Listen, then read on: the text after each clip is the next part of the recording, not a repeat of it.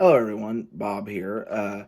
This afternoon we're going to look at the other Star Wars anthology film, or Star Wars story if you will, Solo. And the version I have is the Target exclusive. I also have the Steelbook up here. Maybe, yeah. I also have the Steelbook, but the version I opened and watched is this version. So let's see what's inside. After you flip or slide the main section out, it's just a standard slip cover. Open. You have a cast picture. You have a picture of Han. There's a booklet in here that's exclusive to this version. And if you flip through it, it's got nice artwork. Forward by Ron Howard, which is the director. Some character info and some production notes, stuff like that. This particular book is exclusive to the Target edition. But, sorry, it's kind of hard to flip through one-handed so you can see everything.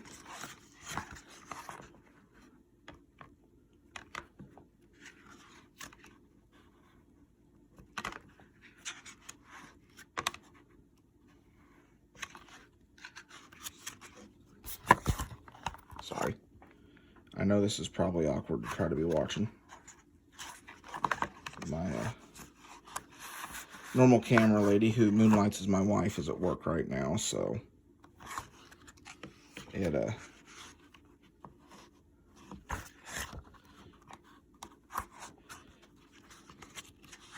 work better if she were here to help.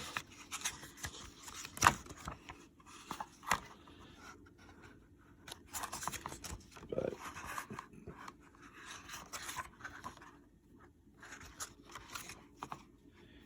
anyway, it's a nice little book. After you're done with that, of course, you got Chewbacca and Han there. You open it up, you've got the 4K disc stacked on top of just the regular bonus disc, which is just a regular Blu-ray. The regular Blu-ray version of the movie's over here.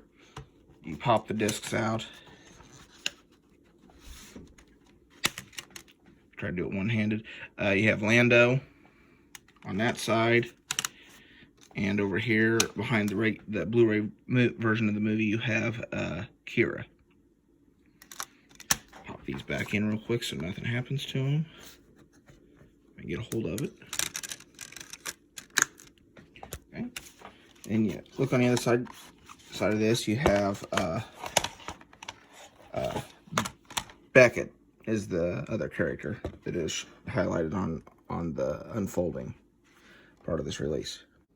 And as for the movie itself, it's a fun heist movie. Alden Ehrenreich does a good enough job as Solo. Donald Glover nails Lando.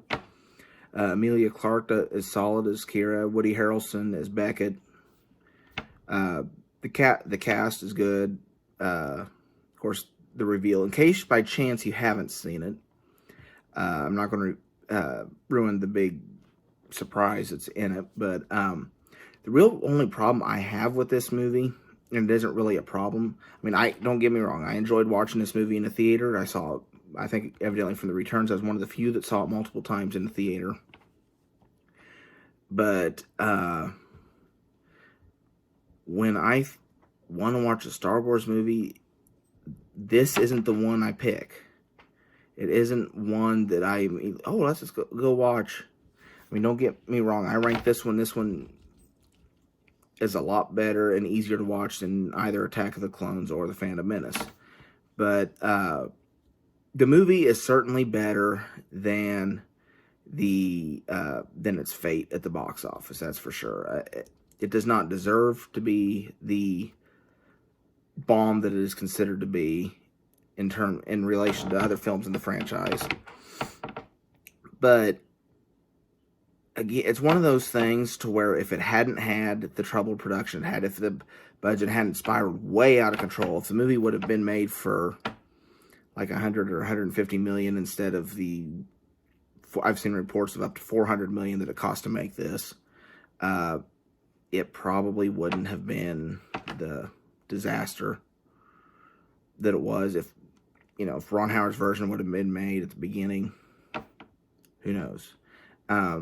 I have no idea what the version was that Lord and Miller were working on to compare it to. I mean, they were fired for, I'm sure Disney had their reasons again. I have no connection with Disney or Lucasfilm, so I don't know. I'm not taking their side because I honestly don't know. But it is what it is. But sometimes movies are a lot better than what their box office receipts show. And this is one of them. And I had fun watching this. It is a fun movie to watch. It just isn't the most fun in the Star Wars series. That's why I rank it down as far as I do. Because when I think of watching Star Wars, I think of, the original trilogy or even the sequel trilogy before I think of this one. It's definitely the lesser of the two anthology films, but hey. As far as the technical aspects of this 4K release, this is one that I would like to see redone. It's just kind of a middle of the road.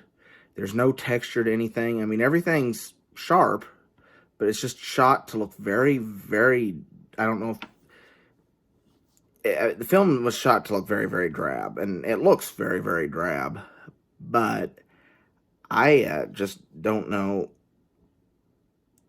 I can't see the detail and all that being taken out, being a creative choice like it was. I mean, it's crisp enough. The colors work great. That it is a step up over the Blu-ray version, but the video, it is the least impressive Star Wars release. As far as that goes, it's probably the least impressive Disney release that I've ever seen in terms of that. Audio, it's serviceable.